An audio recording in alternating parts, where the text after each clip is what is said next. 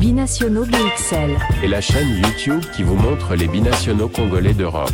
Les binationaux de Belgique, France, Allemagne, Grande-Bretagne, etc.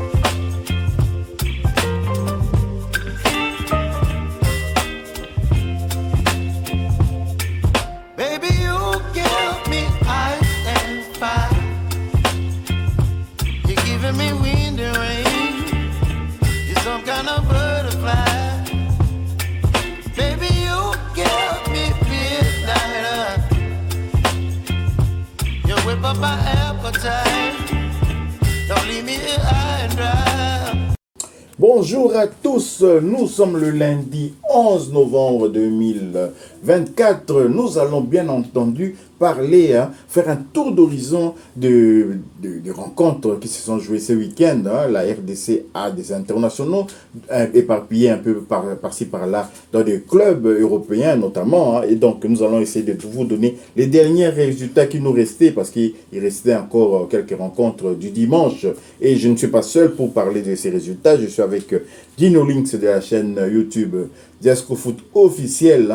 Il va vous donner toutes les informations concernant notamment le derby entre Lyon et Saint-Etienne.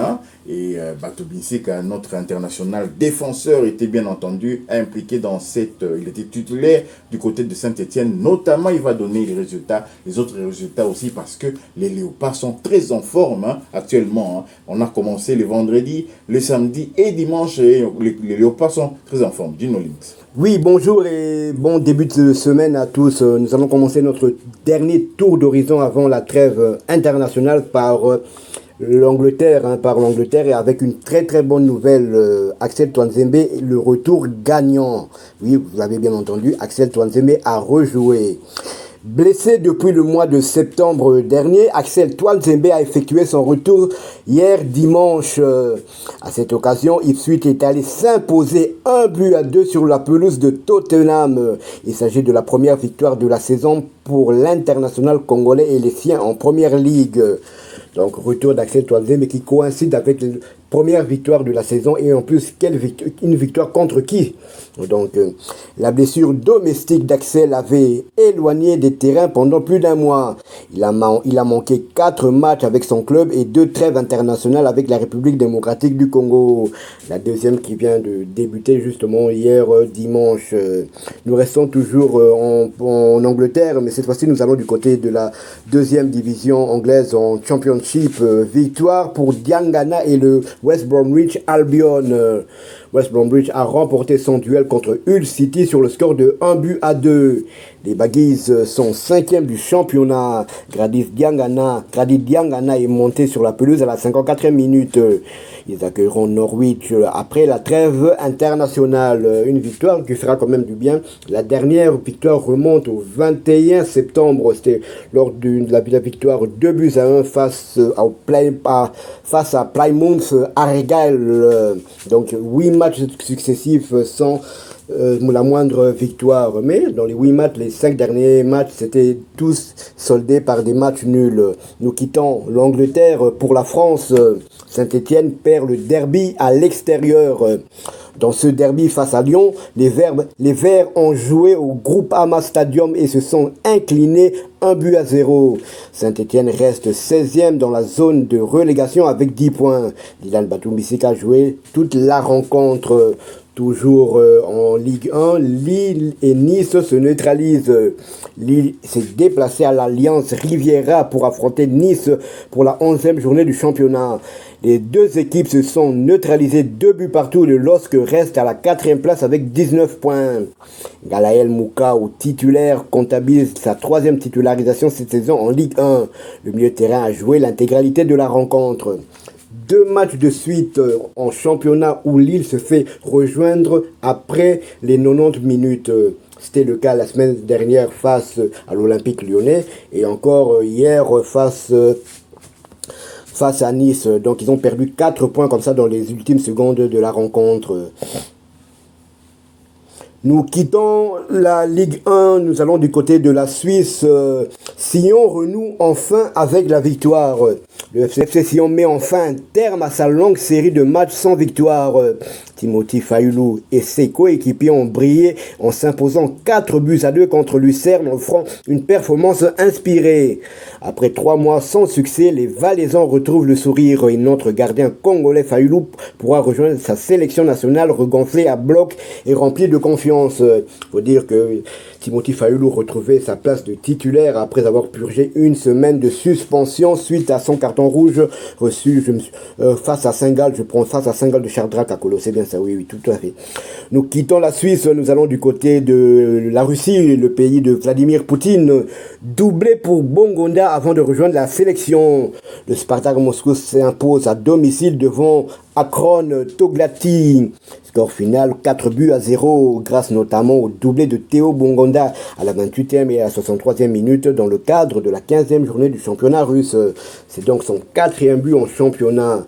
Il a inscrit tous ses buts en l'espace de 2 semaines seulement. C'est vrai qu'au début de cette saison, c'était un début de saison un peu poussif pour notre Théo Messi national, mais là il revient bien en marquant à l'appel pratiquement chaque semaine. C'est de bon augure pour le match face à la Guinée. Nous quittons le pays de Vladimir Poutine pour celui de Carvajal. Nous allons donc en Espagne. Le Betis évite le pire dans les ultimes secondes du match. Lors de la réception du Celta Vigo ce dimanche en match de la 13e journée du championnat, le Real Betis Séville ballon-pied a évité la défaite de justesse. Score final 2 buts partout. Menés, les Sévillans arrachent le nul en égalisant aux ultimes minutes de la rencontre. Sur le banc au coup d'envoi, Cédric Bakambu est entré à la 86e minute dans cette rencontre. Son club prend provisoirement la 6e place au classement. Nous quittons l'Espagne pour la Turquie. Sivasspor chute lourdement face à Fenerbahçe. Beşiktaş accroché par Başakşehir. Sivasspor a subi une lourde défaite face au Fenerbahçe de José Mourinho, s'inclinant 4-0 à Istanbul, ce qui met fin à leur série de 3 victoires consécutives. Samuel Moutoussamy était titulaire dans l'entrejeu. Il n'a malheureusement pas pu éviter ce revers difficile pour son équipe. De leur côté, Beşiktaş a décroché un point après un match nul 0 but partout contre Istanbul Başakşehir. Aligné comme titulaire sur le côté gauche de la défense, Artir Masuaku et ses coéquipiers ont lutté pour prendre l'avantage, mais sont repartis avec un nul en déplacement. Et enfin, nous allons clôturer ce tour d'horizon par la Belgique. Sadiki marque enfin son premier but en pro. L'Union Saint-Gilloise renoue avec la victoire. Grâce notamment au tout premier but de la saison de Noah Sadiki, l'Union Saint-Gilloise a marqué Sadiki marque enfin son premier but de la saison. L'Union Saint-Gilloise renoue avec la victoire. Grâce notamment au tout premier but de la saison de Noah Sadiki, l'Union Saint-Gilloise a marqué les esprits hier soir en infligeant une lourde défaite au leader de Genk. Score final 4-0. Les deux internationaux congolais, à savoir Noah Sadiki du côté de l'Union Saint-Gilloise et Joris Kayembe du côté du KRC Genk, étaient tous deux titulaires et ont joué l'entièreté de la partie. Maintenant, place à la sélection et ces deux joueurs, je vois bien Noah Sadiki chambrer Joris Kayembe lors du vol qui les emmènera du côté d'Abidjan. Oui, à Abidjan, justement, où les sélectionneurs managers des Léopards et son staff technique sont déjà sur la brèche, ils sont déjà sur place. Une très bonne chose, que nous puissions quand même déjà anticiper les choses comme ça. Maintenant, il y a l'organisation, c'est très important à dire. Et donc, on va commencer cette préparation sans pression. Nos joueurs sont en forme. Nous jouerons avec l'esprit tranquille contre une Guinée qui aura beaucoup plus de stress par rapport à nous. À nous maintenant d'essayer de maximiser cela. Moi, le seul stress que j'ai, c'est de vouloir Berthaud encaisser parce que je n'ai pas envie qu'on encaisse dans ces éliminatoires, qu'on termine avec un clean sheet parfait. Je ne sais pas si c'est déjà fait dans les éliminatoires, toute génération confondue, pas seulement du côté des Léopards, de la RDC, bien entendu. Pour revenir un peu aux résultats que vous avez donnés, vous avez parlé de la confrontation entre Lille et Lyon, et puis Lille et l'OGC Nice.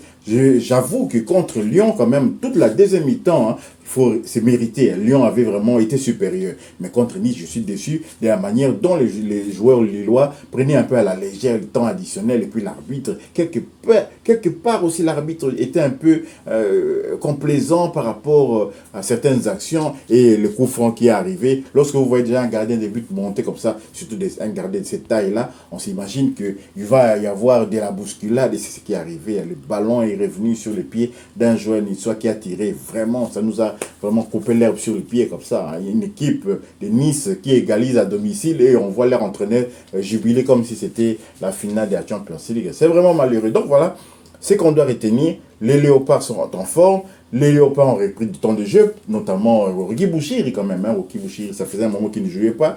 Et maintenant, place à la sélection nationale, terminant en beauté ces éliminatoires de la CAN 2025. Voilà, nous sommes arrivés à la fin de ce sujet. Si vous avez aimé ce tour d'horizon, merci de liker, merci de commenter, également aussi de partager cette vidéo. Abonnez-vous à Binationaux BXL, activez la petite cloche de notification qui vous permettra d'être alerté dès qu'on mettra une nouvelle vidéo en ligne. Binationaux BXL vous dit Au revoir. Binationaux BXL. Et la chaîne YouTube qui vous montre les binationaux congolais d'Europe. Les binationaux de Belgique, France, Allemagne, Grande-Bretagne, etc.